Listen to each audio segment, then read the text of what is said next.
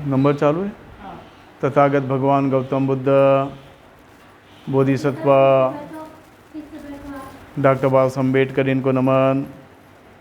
उपासक उपासिकाएँ, आज वर्षवास के निमित्त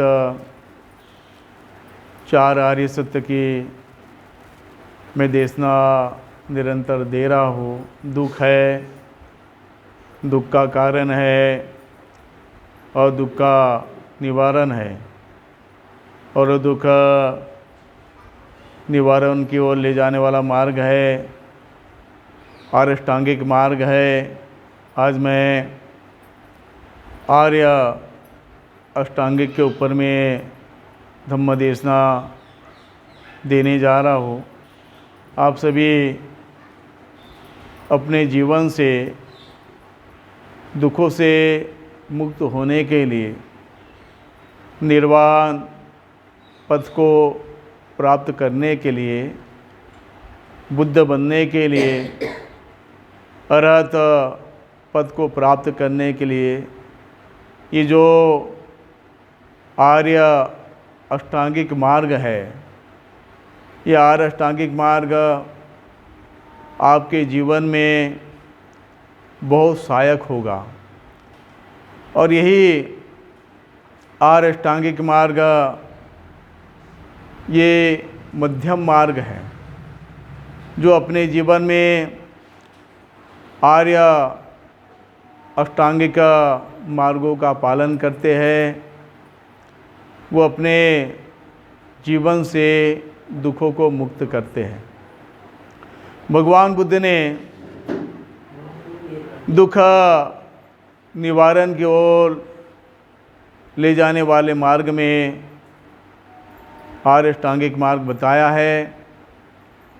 सम्यक दृष्टि, सम्यक संकल्प, सम्यक वाचा, सम्यक कर्मांत, सम्यक आजीविका, सम्यक व्यायाम और सम्यक स्मृति और सम्यक समाधि, ये जो 8 मार्ग है, अष्टांगिक मार्ग है, यही आपको निर्वाण पथ तक ले जा सकता है। यही आर्य अष्टांगिक मार्ग जो है आपके जीवन से पूर्णता तृष्णाओं को नष्ट कर सकता है। इसलिए रोज़ाना दिन प्रतिदिन हमने आर्य अष्टांगिक मार्ग का पालन करना चाहिए। अगर आर्य अष्टांगिक मार्ग के पालन करते हुए आप चलेंगे तो आपको बल्कि सम्यक संबोधि की प्राप्ति ना हो, आप बुद्ध ना बन पाए, लेकिन आप अपने जीवन में सद्गति को प्राप्त करोगे, आप अपने जीवन में सुख को प्राप्त करोगे, पूर्णता अपने जीवन से दुखों को निर्मूलन करोगे। इसलिए सम्यक दृष्टि में भगवान बुद्ध ने ये सम्यक दृष्टि क्या है, और हर एक मानव ने, हर एक प्राणी ने अपने जीवन में सम्यक दृष्टि का अभ्यास करना चाहिए। अपने जीवन में सम्यक दृष्टि को देखना चाहिए। जो व्यक्ति सम्यक दृष्टि को अपने जीवन में देखता है, दिन प्रतिदिन सम्यक दृष्टि का अभ्यास करता है, वो व्यक्ति दिन प्रतिदिन दुखों से मुक्त होने के लिए आगे बढ़ते ही रहता है। इसलिए भगवान बुद्ध कहते हैं, सम्यक दृष्टि में कहते हैं, ये सम्यक दृष्टि सदाचार को जानो, दुराचार को जानो, कुशल धर्म को जानो, अकुशल धर्म को जानो, इसे सम्यक दृष्टि कहते हैं। आपने अपने जीवन में, आपके जीवन में क्या सदाचार है, आपके जीवन में कौन से सदाचार के कार्य है, उन सदाचार के कार्यों पे आपने अपने जीवन को लगाना चाहिए, उन सदाचार के कार्यों पर आपने अपने जीवन चलना चाहिए। उसी तरीके से आप अपने जीवन में दुराचार क्या है, दुराचरण क्या है, इस दुराचरण को आप अपने जीवन में देखते भी चलना चाहिए। ये दुराचरण होगा, ये दुराचार जो है इसे आप अपने जीवन में त्यागते हुए चलना चाहिए। अपने जीवन में जितना भी कुशल कर्म होगा, जो कुछ भी आप इस संसार में कुशल कर्म को देखते होंगे, उस कुशल कर्म के अनुरूप आप अपने जीवन को देखना है। इस संसार में जितना भी अकुशल कर्म होगा, उस अकुशल कर्म को हमने त्यागना है, उस अकुशल कर्म के रास्ते से हमने चलना नहीं है। और इस संसार में जो कुछ भी कर्म कांड है, उन कर्म कांडों के बंधनों से जो मुक्त होता है, वो व्यक्ति के भीतर में सम्यक दृष्टि का निर्माण होता है। और जो कर्म कांडों के बंधनों में बंधा हुआ रहता है, उसके जीवन में सम्यक दृष्टि का निर्माण नहीं होता है। इसलिए आप अपने जीवन में सम्यक दृष्टि का निर्माण करो, कर्म कांडों से दूर रहो, कर्म कांडों से दूर भागो, तभी जाकर आप अपने जीवन में सम्यक दृष्टि का निर्माण कर सकते हो। अन्यथा आपके भीतर में सम्यक दृष्टि निर्माण नहीं होगी। तो जीवन में देखना है, जिसे मैंने देखने वाली बात कह रहे, यह आँख से देखने वाली बात नहीं है कि सम्यक दृष्टि का यह मतलब नहीं कि आँख से आप देख रहे वो सम्यक दृष्टि है। आपके आँखों से भी देखने वाली चीज़ें भी जो हो, वो भी बहुत संसार में बुरी होती है। ये नहीं होता कि आप अपने आँख से भी जो चीज़ देख रहे हो वो सत्य होता क्या ऐसा नहीं होता। खुले आँख से भी देखने के बाद भी हम वो सत्य को देख पाते क्या? उन सत्य को नहीं देख पाते। इसलिए सम्यक दृष्टि का आपने अभ्यास करना है। यानी सम्यक दृष्टि मतलब आपके जीवन में जो घटनाएं जो घटती है, दुराचार जो घटनाएं हैं, सदाचार जो घटनाएं हैं, कुशल धर्म है, अकुशल धर्म है, इसको आपने देखना है, अकुशल को छोड़ना है और दुराचार को छोड़ना है और सदाचार को लेके आगे बढ़ना है और कुशल धर्म को लेकर आगे बढ़ना है ना। और कर्म कांड के जो बंधनों से जो मुक्त होता है, उसे सम्यक दृष्टि का निर्माण होता है। और जो कर्म कांड में आलिप्त है, कर्म कांड में लगा रहता है, तो उसके भीतर में सम्यक दृष्टि का निर्माण नहीं होता है। तो भगवान बुद्ध ने इसे सम्यक दृष्टि बताए। दूसरा मार्ग भगवान बुद्ध कहते हैं सम्यक संकल्प। क्या भगवान बुद्ध बोलते हैं? सम्यक संकल्प का निर्माण करना है। और जो व्यक्ति अपने जीवन में संकल्प को निर्माण करता है, दो तरीके के संकल्प होते हैं। किस तरीके के होते हैं?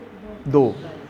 तो हमारे बुद्ध धर्म में सम्यक मतलब यानी सत्य संकल्प को आपने निर्माण करना, मतलब सम्यक मतलब सत्य संकल्प को आपने निर्माण करना है। एक संकल्प ये होता है किसी को नीचा दिखाने के लिए, किसी को पटकनी देने के लिए, हैं, किसी को हास्यास्पद स्थिति में लाने के लिए हम एक संकल्प होते कि नहीं, उसे मैं नीचा दिखाऊंगा, उसके जीवन को बर्बाद करूंगा। जब तक वो सड़क पे नहीं आता है, जब तक उसका जीवन बर्बाद नहीं होगा, तब तक मैं उस मार्ग से नहीं हटूंगा। ऐसा भी संसार में लोग संकल्प करते हैं। तो ऐसा संकल्प करना है क्या? तो भगवान बुद्ध ने कौन सा संकल्प बोले? सम्यक संकल्प करना है। और जो सत्य संकल्प को करना है, जो सम्यक संकल्प करता है, वो अपने लिए भी अच्छे मार्ग को निर्माण करता है और औरों के लिए भी अच्छे मार्ग को निर्माण करना है। आपने ऐसे संकल्प को करना है जिससे दूसरों का अहित होता है। क्या दूसरों का अहित होता होगा? ऐसा संकल्प नहीं करना है, बल्कि आपने ऐसे संकल्पों का निर्माण करना जिससे दूसरों का भला हो, इस तरीके से संकल्प करना है। और संसार में जो व्यक्ति संकल्प लेता है, जो संकल्प लेकर, जो सम्यक संकल्प लेके चलता है, वो हिमालय की पर्वत की तरह होता है क्योंकि हिमालय पर्वत को बड़े से बड़े तूफान उखाड़ के फेंक सकता है क्या? उखाड़ नहीं फेंक सकता। उसी तरीके से जिसने अपने जीवन में सम्यक संकल्प को निर्माण कर लिया, उसे अग्नि भी परास्त नहीं कर सकती है, उसे हवा भी परास्त नहीं करती है, उसे वायु भी परास्त नहीं कर सकती है, उसे जल भी परास्त नहीं कर सकती है। यानी सम्यक संकल्प जो लेते हैं, यानी लोगों के हित कर के लिए, लोगों के सुख कर के लिए, अपने हित कर के लिए, अपने सुख कर के लिए जिस तरीके से लोग संकल्प लेते हैं, उसे किसी भी प्रकार का नुकसान नहीं होता है। जैसे सिद्धार्थ भगवान गौतम बुद्ध का जीवन दर्शन देखा जाए, जीवन देखा जाए, उन्होंने जब 6 साल की जब उन्होंने कठिन तपस्या किए और 6 साल की कठिन तपस्या करने के पश्चात जब वो, जिसे उर्विला हम जो कहते हैं, वहाँ जो बोधि वृक्ष है, उस बोधि वृक्ष के नीचे जब वो बैठे, बैठने के बाद एकदम संकल्पबद्ध होकर बैठे, क्यों ना मेरी मांसपेशियां सूख क्यों ना जाए, मैं इस स्थान से तब तक नहीं हटूंगा जब तक मैं सम्यक संबोधि के ज्ञान को प्राप्त नहीं कर लेता, ज्ञान को प्राप्त नहीं कर लेता, तब तक मैं उस स्थान से नहीं हटूंगा। और अंततः ये हुआ कि सिद्धार्थ गौतम ने जो संकल्प लिया, उस संकल्प के बल पर उन्हें सम्यक संबोधि की प्राप्ति हुई। क्या हुई? सम्यक संबोधि की प्राप्ति हुई, ज्ञान की प्राप्ति हुई। उसी तरीके से अगर आप अपने जीवन में सत्य मार्ग पर चलने का अगर संकल्प लेते हैं, तो आपको कोई डिगा नहीं सकता, आपको कोई हिला सकता है क्या? कोई नहीं हिला सकता। इसलिए अपने जीवन में सत्य मार्ग पर चलने का संकल्प लीजिए, है ना। इस तरीके से आप सम्यक संकल्प को लेते हैं तो आपके जीवन में, आपका जीवन दिन प्रतिदिन दुखों से मुक्त होते भी आप चलते जाएंगे। इसलिए सम्यक संकल्प लेना है। सम्यक वाणी, तीसरा भगवान बुद्ध क्या बताते हैं? सम्यक वाणी। ये सम्यक वाणी क्या है? यानी सम्यक वाणी मतलब मूसावादा वेर मणि सिक्खापदम समाधि, हमें झूठ नहीं बोलना है। हम झूठ बोलने से विरत रहना है, झूठ बोलने से दूर रहना है। क्या करना है? झूठ बोलने से विरत रहना है, झूठ बोलने से दूर रहना। और दूसरी बात, भगवान बुद्धा सम्यक वाणी में कहते हैं, भगवान बुद्धा निंदा नहीं करना है, किसी की भी निंदा चुगली नहीं करना है। और सम्यक वाणी में भगवान बुद्ध बोलते हैं कि जबान का बकवासी नहीं होना, यानी जबान से ज़्यादा बकवास नहीं करना है। और सम्यक संकल्प में चौथी बात भगवान बुद्ध कहते हैं, इन्हें उतार कर बात नहीं करना है। क्या? नीचा दिखाने वाली बातों को नहीं करना है। भगवान बुद्ध यानी सम्यक वाणी में चौथी बात इस तरीके से करते। भगवान बुद्ध कहते कि अपने जीवन में अपशब्दों का प्रयोग नहीं करना है, निंदा यानी झूठ नहीं बोलना है। इस तरीके से भगवान बुद्ध कहते थे। बोलना क्या है? हमेशा सत्य बोलना है, असत्य शब्दों को त्यागना है और सत्य बोलते ही रहना है। जीवन में हमने एकदम दिन प्रतिदिन, जब आप सोते हो और सोने के बाद में जब प्रातः जब उठते हो, तो आपने ये अभ्यास करना चाहिए कि आज मैं दिन भर किसी से भी झूठ नहीं बोलूँगा या नहीं बोलूँगी। मैं आज दिन भर किसी की भी चुगली निंदा नहीं करूँगी। इस तरीके का संकल्प लेना है। मैं आज दिन भर यानी क्या नहीं बोलना है? बकवास नहीं करूँगी, बकवास जैसे शब्दों का प्रयोग नहीं करूँगा। इस तरीके से आपने संकल्प लेना है। और आपने ये भी संकल्प लेना है कि ना ही मैं अपने आप को बड़ा दिखाने के लिए, है ना, अपने आप को ऊंचा दिखाने के लिए बकवास नहीं करूँगा। इस तरीके से संकल्प लेना है।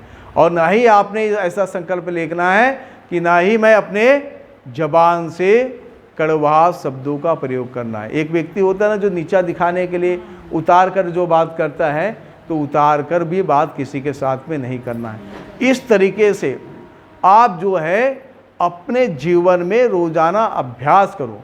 अगर इस तरीके से आप सम्यक वाणी का अभ्यास करते हो तो आप अपने जीवन में दुखों से मुक्त होते नजर आओगे और आप सुखों की ओर धीरे धीरे बढ़ते नजर आओगे। तो भगवान बुद्ध ने और सम्यक कर्मांत, भगवान बुद्ध ने क्या बोले? सम्यक कर्मांत के बारे में भगवान बुद्ध बोले, है ना। सम्यक कर्मांत क्या है? तो आप जो है अपने जीवन में कर्म को निर्माण करते हैं। क्या करते हैं? कर्म को निर्माण करते हैं, और यही कर्म जो होता है आपको दुख देता है, और यही कर्म जो आपको है सुख देता है।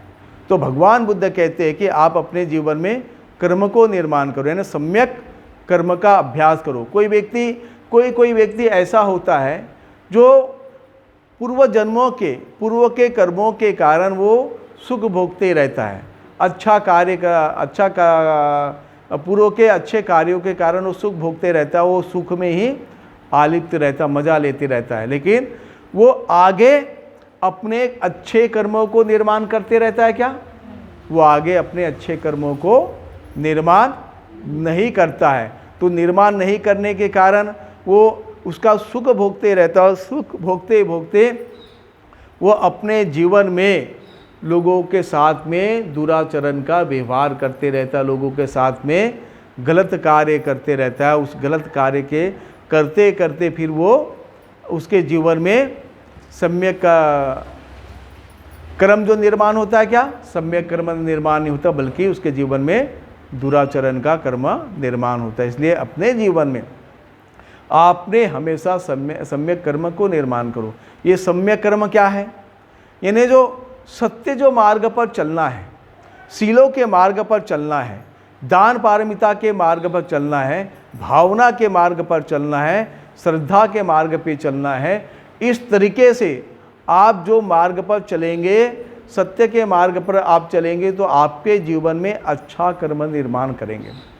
आप लोगों के हित कर के लिए काम करो। जैसे एक उदाहरण था कि आपके घर के सामने में या कोई रास्ते से आप जा रहे हैं, उस समय कोई दलित टाइप का व्यक्ति जो होगा, जो भीख मांगकर अपने जीवन जीता होगा, आप उसकी मदद कर देते हो, या उसको आप भोजन दे देते हो, या उसको आप अर्थ दे देते हो, उसकी मदद करते हो, तो वो मदद जो होती है, वो मदद क्या होती है? वो आपके जीवन में सम्यक कर्म को निर्माण करती है। जो दान पारमिता जो है आपके जीवन में सम्यक कर्म को निर्माण करती है। उसके वजह से अगर हमने किसी को मदद करते तो मदद के कारण जो है हम अपने जीवन में आनंद से भर जाते हैं कि नहीं, मैंने आज किसी को मदद किया है, और मदद करने के बारे में कारण वो हमारे जीवन में वो आनंद आता है और बड़ा अच्छा लगता है।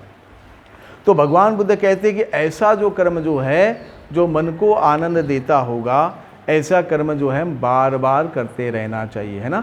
दानशील का अभ्यास हमने बार बार करते रहना चाहिए, बल्कि हमने जो गलत जो कर्म किए हैं उन गलत कर्मों को त्यागना चाहिए, है ना। ठीक है, समझ में आया कि नहीं आया?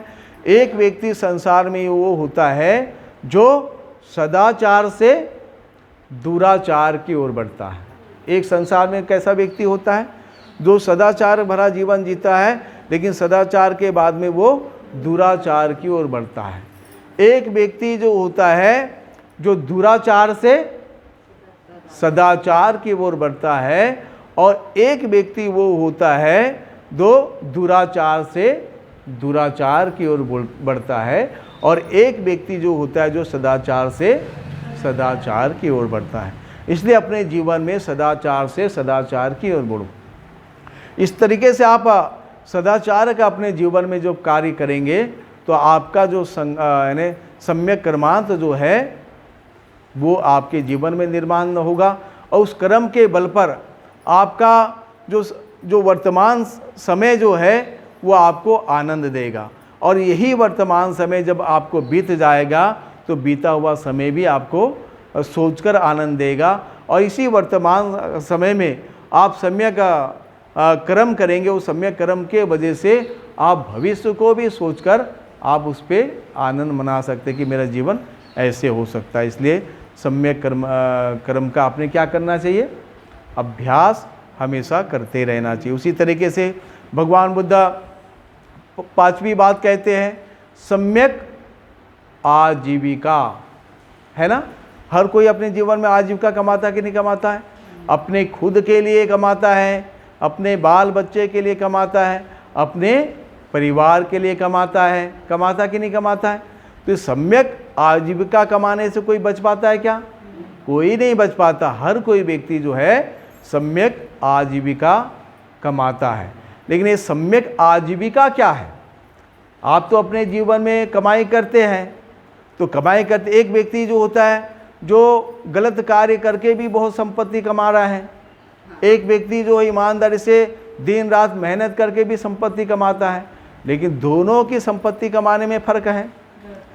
एक व्यक्ति जो है लोगों को शोषण करके, एक व्यक्ति जो है लोगों को झूठ बोल के, एक व्यक्ति लोगों को ठग कर, एक व्यक्ति जालसाजी करके संपत्ति कमाता है और बहुत संपत्ति कमा लेता है, और वो सुखपूर्वक भी जीते भी नज़र आता है, अच्छे से भी जीते नज़र आता है, लेकिन वो उसके जीवन का ये सम्यक आजीविका है क्या?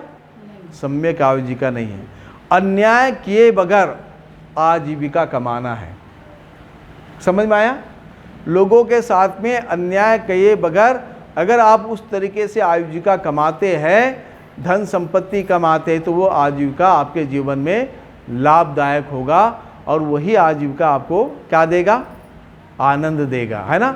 नहीं तो मैं बहुत से लोगों के घरों में परितान को जाता हूँ, संपत्ति बहुत है, गाड़ी है, बंगला है, बनते जी हम लोग थोड़ा सा परिवार में दुखी चल रहे हैं, परिवार में बहुत कुछ हमारे साथ में बुरी घटना चल रही है। अरे तुम्हारे पास तो सब कुछ है, लेकिन आपके साथ में ऐसा क्या है?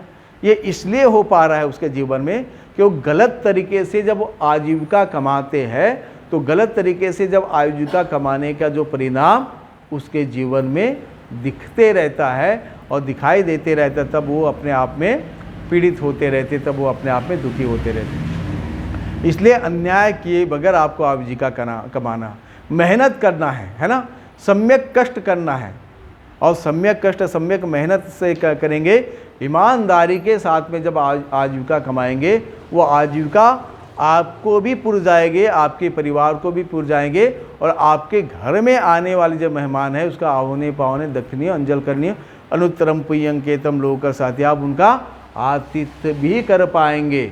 ये ईमानदारी से कमाई हुई जो संपत्ति है वो चिरकाल तक टिक कर रहती है, और चिरकाल तक टिक कर रहने के लिए उस संपत्ति के लिए हमने क्या करना चाहिए? निरंतर दान पारमिता करना चाहिए, है ना। कोई गलत तरीके से भी कार्य करके जो संपत्ति कमाता है, कमा तो लेता है, अपने आप को बड़ा कर लेता है, लेकिन गलत कार्य से कमाई हुई जो संपत्ति है उनके परिवार में दुराचार लोगों का जन्म हो जाता है, और जब दुराचार लोगों का जन्म हो जाता है तो गलत कार्य से भी कमाई हुई जो संपत्ति है वो गलत रास्ते से निकल जाती है। निकल जाती कि निकल जाती? या तो उनके संपत्ति को कोई ठग लेगा, या तो उनकी संपत्ति की चोरी हो जाएगी, या तो उनकी संपत्ति को यानी आग लग जाएगी, या तो उनकी संपत्ति को कोई लूट के ले जा लेगा। इस तरीके से गलत कार्य से कमाई हुई संपत्ति का इस तरीके से नुकसान होता है। लेकिन जो ईमानदारी के साथ में जो संपत्ति कमाता है, ईमानदारी के साथ में कष्ट करता है, अपने आजीविका जो जीता है, उसके भी जीवन में परिपूर्ण होता है, बाल बच्चे भी अच्छे इस तरीके से उसके रहते हैं, और परिवार में वो सुखी भरा जीवन जीता है। तो भगवान बुद्ध कहते हैं कि जब आजीविका कमाते समय 4 प्रकार के व्यापारों का नहीं करना चाहिए। कितने व्यापारों को नहीं करना चाहिए? एक यानी जानवरों का व्यापार नहीं करना है, और एक दूसरा शस्त्रों का व्यापार नहीं करना है, और तीसरा विष का व्यापार नहीं करना है, और चौथा मानव का व्यापार नहीं करना। इन 4 प्रकार के व्यापार करने से व्यक्ति नहीं बचना है। इस संसार में ऐसे भी लोग हैं जो जीव का व्यापार करके भी अपने आजीविका कमाते हैं। एक संसार में ऐसे भी लोग हैं जो जहर मदिरा को बेचकर भी अपना व्यापार कमाते हैं। इस संसार में ऐसे भी जो लोग हैं यानी मांस को भी बेचकर अब व्यापार कमाते हैं। इस संसार में ऐसे भी लोग हैं स्त्री को, दास को, दासी को बेचकर व्यापार कमाते। बताइए। तो भगवान बुद्ध कहते हैं इस तरीके से व्यापार करना चाहिए कि नहीं करना चाहिए?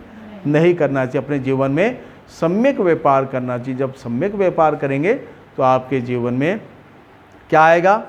दिन प्रतिदिन खुशी होगी और आनंद आएगा और दुखों से दूर होते हुए आप नज़र आएंगे, सुख की ओर बढ़ेंगे, निर्वाण पथ की ओर आप बढ़ते नजर आएंगे। ठीक है, समझ में आई बातें? छठवीं बात भगवान बुद्ध कहते हैं कि सम्यक व्यायाम। क्या कहते हैं? ये सम्यक व्यायाम क्या है? ये सम्यक व्यायाम मतलब शारीरिक व्यायाम की बात भगवान बुद्ध नहीं करते। भगवान बुद्ध ये नहीं बोल रहे कि सम्यक व्यायाम में, भगवान बुद्ध ये नहीं बोलते हैं कि आप शारीरिक व्यायाम करो। भगवान बुद्ध कहते हैं कि सम्यक व्यायाम करना है। सम्यक व्यायाम मतलब पंचशील के विरुद्ध किसी भी प्रकार का कार्य नहीं करना है। समझ में आया? पंचशील का पालन करना है, यानी हिंसा नहीं करना है, चोरी नहीं करना है, व्यभिचार नहीं करना है और झूठ नहीं बोलना है और शराब मदिरा आदि का सेवन नहीं करना है। यानी अपने जीवन को शीलों के पालन करने के लिए लगाना है, यानी प्रयत्न करना है। किसके लिए प्रयत्न करना है? शील पालन करने के लिए व्यक्ति ने प्रयत्न करना है। आप बिहार में आ रहे हो और बिहार में आने के बाद भी आप शीलों का पालन करने के लिए अपने आप को प्रयत्न नहीं करेंगे, आप मेहनत नहीं करेंगे, तो आप अपने जीवन में सम्यक व्यायाम कर रहे क्या? तो भगवान बुद्ध बोलते कि सम्यक प्रयत्न करो, यानी सम्यक व्यायाम करो, है ना। भगवान बुद्ध इस तरीके से बोले कि शीलों के पालन करने के लिए आपने निरंतर प्रयत्नशील होना चाहिए। अपने जीवन में एक एक शील को बड़ी ईमानदारी के साथ में देखो। अगर आप 5 पंचशील का भी पालन रोजाना नहीं कर सकते तो एक शील को एक दिन में पकड़िए कि नहीं, मैंने आज ये शील का एकदम से पालन करना है, किसी भी प्रकार से हिंसा नहीं करना है। फिर दूसरे दिन दूसरे शील को ले लो, फिर तीसरे दिन तीसरे शील को ले लो, फिर चौथे शील को ले लो, 5वें शील को ले लो। इस तरीके से आप शीलों का अभ्यास करते हुए चलेंगे तो आपके जीवन में आप क्या कर रहे हैं? सम्यक व्यायाम कर रहे हैं ना, कर रहे कि नहीं कर रहे? उसी तरीके से अष्टमी, अमावस्या, पूर्णिमा, ये कौन से दिन होते? ये आपके उपोषद के दिन होते। कौन से दिन होते हैं? उपोषद के दिन होते। इस दिन में भगवान बुद्ध के सामने उपस्थित होकर, विहार में उपस्थित होकर, अगर आपके द्वारा कोई शीलों में उल्लंघन हुआ होगा तो उस भगवान बुद्ध के समक्ष उपस्थित होकर, बनते भगवान के समक्ष उपस्थित होकर आपने वो शीलों के प्रति में क्षमा याचना करना कि भगवान, मैंने 8 दिन के भीतर, यानी हफ्ते भर के भीतर में और 15 दिन के भीतर में और महीने भर के भीतर में मेरे काया वाचा मन से इस प्रकार से दोष कर्म हुआ है, मैं उस दोष कर्म को त्यागता हूँ, उस दोष कर्म को त्यागती हूँ। इस तरीके से आपने क्या करना है ना? इस तरीके से संकल्प लेना है ना, संकल्प लेना है और सम्यक व्यायाम करना है ना, सम्यक प्रयत्न करना है। और जो प्रयत्नशील जीवन में होते हैं उनको, वो अपने मार्ग को प्राप्त करते हैं। अगर आप सुनकर भी, अगर प्रयत्नशील नहीं होंगे, सुनकर भी शील मार्ग पे चलने के लिए प्रयत्नशील होंगे तो आपको कोई देव भगवान भी आपको इस मार्ग से नहीं हटा सकता। अगर कोई भी आपको इस मार्ग पर ला सकता है तो लाने वाला व्यक्ति और इस मार्ग से हटाने वाला व्यक्ति खुद स्वयं ही हो सकते हैं, क्योंकि भगवान बुद्ध कहते कि मैं मोक्षदाता नहीं हूँ, मैं मार्गदाता हूँ। तो इस तरीके से आपने अपने जीवन में निरंतर अभ्यास करते क्या करना है? अभ्यास करते चलना है। सम्यक व्यायाम का अभ्यास कीजिए। तो भगवान बुद्ध 7वीं बात भगवान बुद्ध कहते सम्यक स्मृति। क्या कहते हैं भगवान बुद्ध? सम्यक स्मृति, स्मृतिवान हो। आप लोग स्मृतिवान है क्या? सम्यक स्मृतिवान होना मतलब क्या है मालूम है? अपने स्मृति में अच्छी बातों को लाना, अपने स्मृति में हमेशा अच्छे कार्यों को लाना है। जो अपने स्मृति में अच्छी बातों को नहीं लाता होगा, जो अपने स्मृति में अच्छी बातों को नहीं लाता है, उसके स्मृति में गलत बात का प्रवेश हो जाता है, उसके स्मृति में गलत कार्यों का प्रवेश हो जाता है। जो अपने स्मृति में अच्छी बातों को जगा देता है ना। भगवान बुद्ध कहते हैं कि स्मृतिवान होकर विचरण करना चाहिए। अगर आप, जैसे भगवान बुद्ध कहते हैं, ठीक से छाई हुई छत में बरसात का पानी प्रवेश कर जाता है, तो उसी तरीके से राग द्वेष मोह माया हमारे मन के भीतर में प्रवेश कर जाता है। और ठीक से छाई हुई छत में बरसात का पानी प्रवेश नहीं कर जाता, उसी तरीके से हमारे मन में राग द्वेष मोह माया प्रवेश नहीं करता है। अगर आप स्मृतिवान होकर नहीं विचरण करेंगे तो आपके स्मृति में गलत बातों का प्रवेश हो जाएगा, है ना। तो गलत बातों का जहाँ प्रवेश हो जाएगा तो आप दुराचार के रास्ते में, गलत रास्तों में आप चलने लग जाएंगे, गलत रास्तों की ओर आप आगे बढ़ जाएंगे। इसलिए भगवान बुद्ध कहते हैं कि स्मृतिवान हो, और अपनी स्मृतिवान हो मतलब यानी चौकीदारी करो। किसकी चौकीदारी करो? अपने मन की चौकीदारी करना है। किसकी चौकीदारी करना है? जैसे किसी घर की, किसी कंपनी की चौकीदार जो है बाहर में बैठकर चौकीदारी करता है कि कोई व्यक्ति वस्तु को चुराने के लिए ना घुस जाए, इसी तरीके से आपने भी अपने मन की चौकीदारी करना है कि मन में राग द्वेष मोह माया अहंकार 108 प्रकार की तृष्णाएं वो प्रवेश ना कर जाए। इस तरीके की आपने चौकीदारी करते हुए चलना है ना। और स्मृतिवान होना, जो आप अपने जीवन में जो अच्छा कार्य किए होंगे उस अच्छे कार्यों को आप अपने स्मृति में रखो। अगर उस अच्छे कार्यों को आप अपने स्मृति में रखोगे तो आप गलत कार्य में रत रह पाओगे क्या? गलत काम में रत नहीं रह। अगर आप अपने स्मृति में अच्छी बातों को नहीं रखते हो तो आप गलत कार्यों में रत हो जाएंगे, आपके स्मृति में गलत बातें चले जाएगी। इसलिए हमने सम्यक स्मृति का अभ्यास करना चाहिए। और अभ्यास करते करते भगवान बुद्ध ने जो आर्य अष्टांगिक मार्ग की जो बात करी है, खुद ने भी पालन करो, अपने परिवार के भी लोगों को पालन करने के लिए लगाओ। भगवान बुद्ध 8वीं बात करते कि सम्यक समाधि। क्या बोलते हैं भगवान बुद्ध? सम्यक समाधि का अभ्यास करो। हमने अपने मन को एकाग्र करने के लिए, जो मन जो है चंचल है, चपल है, जो भटकता है, जो इधर उधर चले जाता है, इस मन को एक जगह में लाने के लिए क्या करना है? अभ्यास करना है। जैसे उदाहरण था, आप बिहार में बैठे हो, आपकी काया यहाँ है, लेकिन आपका मन घर पहुँच गया होगा, आपका मन मार्केट पहुँच गया होगा, आपका मन किसी कामों पर लग गया होगा, किसी कामों के बारे में सोच रहा होगा, या हमारी बातों पर ध्यान नहीं दे रहे होंगे, ये हो सकता है ना। तो आपका जो मन है, उस मन को एकाग्रता करने के लिए सम्यक समाधि का अभ्यास करना चाहिए।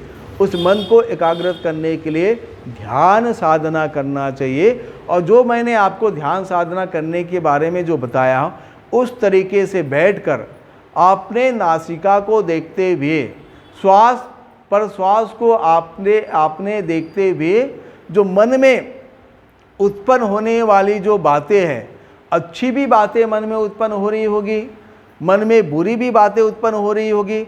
ना ही अच्छी बातों में फंसना है, ना ही बुरी बातों में फंसना, बल्कि आप श्वास प्रश्वास जो आपके नासिका के द्वारा आप श्वास प्रश्वास ले रहे हैं, उस पे ही आपने केंद्रित करना है। और श्वास प्रश्वास पे भी केंद्रित करना मतलब उसमें भी नहीं फंस रहा है, बस आपने इतना देखना है कि श्वास आ रही है और श्वास जा रही, इस तरीके के आपने देखना है। और एक दिन इसी तरीके से चलते चलते आपका क्या हो जाएगा? मन एकाग्र हो जाएगा। यानी मन में किसी भी प्रकार की कोई भी तृष्णाएं उत्पन्न नहीं होने लगेगी, और उत्पन्न नहीं होगी तो हमारा मन क्या हो जाएगा? हम ध्यानमग्न हो सकते हैं ना, हमको समाधि लग सकती है। तो भगवान बुद्ध कहते हैं कि सम्यक समाधि का अभ्यास निरंतर करना चाहिए।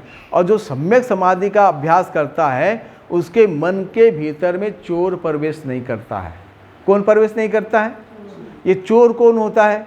ये चोर है राग है, द्वेष है, मोह है, अहंकार है। ऐसे 108 प्रकार की जो तृष्णाएं हैं, ये 108 प्रकार का जो चोर है, जो ध्यान का जो अभ्यास करता है, जो समाधि का अभ्यास करता है उसके मन में ये चोर चले जाता है क्या?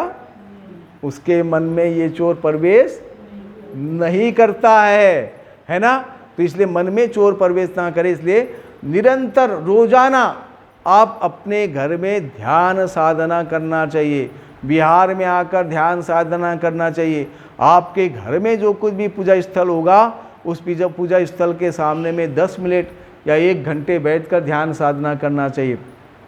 उतना भी नहीं कर सकते तो सोने से पहले आप अपने बिस्तर में बैठे बैठे ही 10 मिनट अगर ध्यान साधना करके आप सोते हो तो रिलैक्स पने से सोएंगे और रिलैक्स पने से आप उठेंगे, है ना। समझ में आया कि नहीं मेरी बातें? इसलिए अकेले ही नहीं करना चाहिए। एक परिवार होता है ना, अपने परिवार के लिए वस्तुओं का निर्माण करता है, भोजनों का निर्माण करता है, उसी तरीके से हमने सोचना है अरे मेरे ध्यान करने से तो मेरा ही भला होगा, तो मेरे परिवार का भी भला हो, हमारे बाल बच्चे का भी भला हो। तो अपने छोटे बड़े जो भी बाल बच्चे हैं उनको भी साथ में बिठाना चाहिए, क्योंकि वो भी अपने मन को एकाग्रता करने के मार्ग पर ले जाना चाहिए। ठीक है, समझ में आई बातें? तो ध्यान में 3 बातों को विशेषता देखना है। ध्यान में किन बातों को विशेषता देखना? 3 बातों को। एक, ध्यान करते समय जैसे आप ध्यान कर रहे हैं तो अभी आप 10 मिनट भी ध्यान करेंगे और 10 मिनट ध्यान करने के बाद भी अगर मैं आपको पूछता हूँ कि कैसा लग रहा है तो आप क्या बोलेंगे? बनते जी अच्छा लग रहा है, बहुत रिलैक्स महसूस हो रहा है, यानी तनाव मुक्त महसूस हो रहा है। मतलब रिलैक्स हो जाना, बॉडी का रिलैक्स हो जाना, यानी मानसिक तनाव का रिलैक्स हो जाना। तो आप बोलेंगे बनते जी हम 10 मिनट भी ध्यान किए लेकिन हमारी बॉडी थोड़ी सी काया जो है रिलैक्स लग रही है, हमारी मानसिकता जो है जो तनावपूर्ण जो हमको लग रहा था, हम तनावपूर्ण तरीके से घर से जब आए थे तो 10 मिनट के ध्यान से भी हमारा मानसिक जो तनाव है थोड़ा सा रिलैक्स लग रहा है। लेकिन भगवान बुद्ध बोलते हैं कि यही नहीं रुकना है। तो भगवान बुद्ध बोलते हैं एकाग्रता, है ना, कंसंट्रेशन लगाना है। तो भगवान बुद्ध बोलते एकाग्रता क्या होती है ना। रिलैक्स मतलब आप थोड़ा सा तनाव मुक्त हो गए, ठीक है, ध्यान करके 10 मिनट ध्यान करके तनाव मुक्त। एकाग्रता आप अत्यधिक जो ध्यान करेंगे, ज़्यादा ध्यान करेंगे तो ध्यान करने के माध्यम से क्या होगा, आपके भीतर में जो उठने वाले जो तृष्णाएं जो है वो उठने वाले तृष्णाएं क्या हो जाएगी, नीचे जाकर बैठ जाएगी। समझ में आया? एकाग्रता का मतलब क्या है, वो नीचे जाकर बैठ जाएगी। जैसे उदाहरण था, एक पानी भरने वाले पात्र में आप पानी भर कर लाते हो, उस पानी में गंदा पानी भर कर लाते हो, गंदा कीटाणु रहता है या धूल मिट्टी होता है, उस धूल मिट्टी को बिठाने के लिए क्या करते हैं आप, उसमें फिटकरी डाल देते हैं। क्या करते हैं, उस फिटकरी डालने की वजह से क्या हो जाता है, वो पानी जो है पूरा साफ हो जाता है और कचरा जो है नीचे में जाकर सतह में बैठ जाता है। इसी तरीके से आप ध्यान करेंगे तो ध्यान करने के माध्यम से, निरंतर ध्यान करने के माध्यम से एकाग्रता प्राप्त होगी। तो एकाग्रता का ये मतलब है कि आप अपने तृष्णाओं को नीचे बैठाने का ही काम कर रहे हैं। क्या कर रहे हैं, एकाग्रता के माध्यम से आप अपने तृष्णाओं को नीचे बिठाने का काम करें। जैसे गंदा पानी में फिटकरी डालने से कचरा नीचे बैठ जाता है, इसी तरीके से जो मन में उत्पन्न होने वाले जो कचरा है, राग है, द्वेष है, मोह है, अहंकार है, इस प्रकार के कचरा जो है एकाग्रता के माध्यम से क्या हो जाते, वो नीचे बैठ जाते हैं। लेकिन भगवान बुद्ध बोलते कि यहाँ नहीं रुकना है। तो भगवान बुद्ध कहते हैं प्यूरिफिकेशन की बात करते। बुद्ध क्या, किसकी बात करते हैं, प्यूरिफिकेशन की बात करते हैं। भगवान बुद्ध बोलते हैं शुद्धता की बात करते हैं। ध्यान करने के माध्यम से आपने प्यूरिफिकेशन को प्राप्त करना है, ध्यान करने के माध्यम से आपने शुद्धता को प्राप्त करना है ना। जो एकाग्रता करके जो आपने तृष्णाओं को बिठाया है, तो भगवान बुद्ध कहते कि ये इन तृष्णाओं का निर्मूलन हो जाए, है ना। तो भगवान बुद्ध कहते प्यूरिफिकेशन हो जाए, मतलब शुद्ध हो जाए, यानी तृष्णाएं क्षण भर भी नहीं रहना चाहिए। भगवान बुद्ध इस तरीके की बात करते हैं। जैसे उदाहरण था, हर घर में एक पानी छानने का मशीन होगा, है, क्या बोलते हैं उसको, है, छन्नी भी होता है और एक पानी छानने की मशीन भी होती है।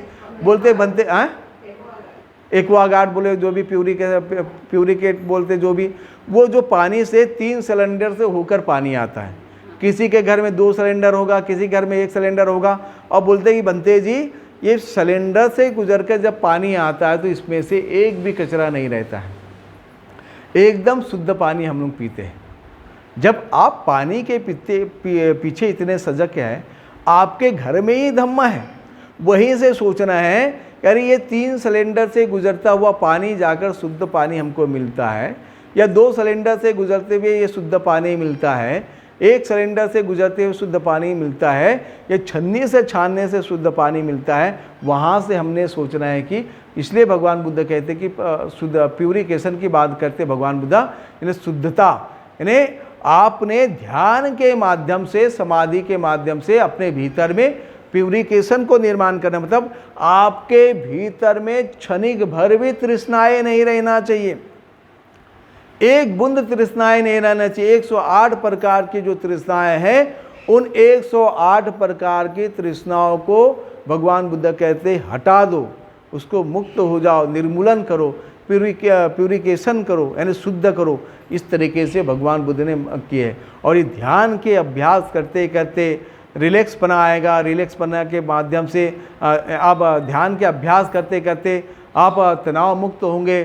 तनाव मुक्त होने के बाद में आपके एकाग्रता आएगी, यानी जो कुछ भी तृष्णा है वो नीचे बैठ जाएगी, और एकाग्रता के बाद में शुद्धता आएगी, प्यूरिकेशन आएगा, और फिर शुद्धता जब आएगी तो आपके भीतर से पूर्णता क्या हो जाएगा, पूर्णता आपके भीतर से वो क्या निकल जाएगा, तृष्णाएं निकल जाएगा। और तृष्णाएं निकलने के पश्चात आप निर्वाण को प्राप्त कर सकते हैं। निर्वाण को मतलब बुद्ध बन सकते हैं, आप अरहत बन सकते हैं, आप सम्यक संबोधि को प्राप्त कर सकते हैं, आप इस संसार के परम सुख को प्राप्त कर सकते हैं। जो आर्य अष्टांगिक मार्ग का पालन करते हैं, उसको दुखद वेदना, उसको सुखद वेदना और दुखद और सुखद वेदना भी घेरती नहीं है, वो ऊपर उड़ जाता है। जिसे कीचड़ में खिलने वाला जो कमल है, जब वो कीचड़ पे ही खिलता है, लेकिन जब वो कमल जो है जब ऊपर उठकर जब खिलता है